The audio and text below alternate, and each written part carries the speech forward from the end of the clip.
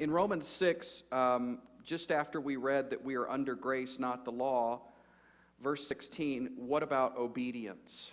Well, this is a great passage that I was talking about earlier. It doesn't say, here's your grace, grace, grace. Isn't grace often awesome? Isn't grace amazing? Now obey. It doesn't say that. It actually says, you became obedient from the heart. Big difference. It's not thou shalt obey, and it's almost like we think the word obey is going to come in and somehow crush God's grace or something. We think, oh, we need a balance of grace and obedience as if they're opposites. Well, it says in the Bible that the grace of God teaches us to obey. The grace of God teaches us to say no to sin. The grace of God teaches us to say yes to God.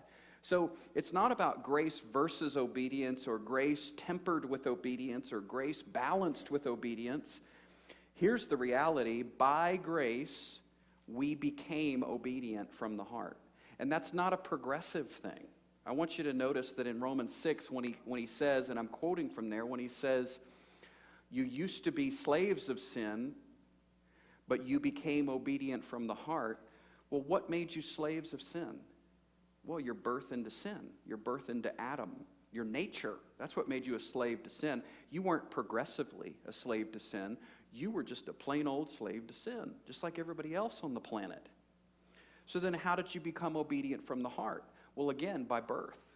By birth, we become obedient from the heart, by rebirth.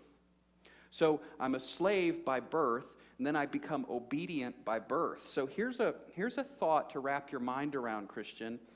What if obedience is something that you are by birth? What if your identity is obedient child of God?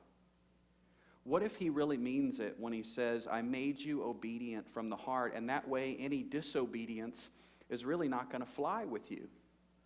And that's why there's the churning and the stirring and the problems and the issues when we're disobedient, because obedience is what we're made for.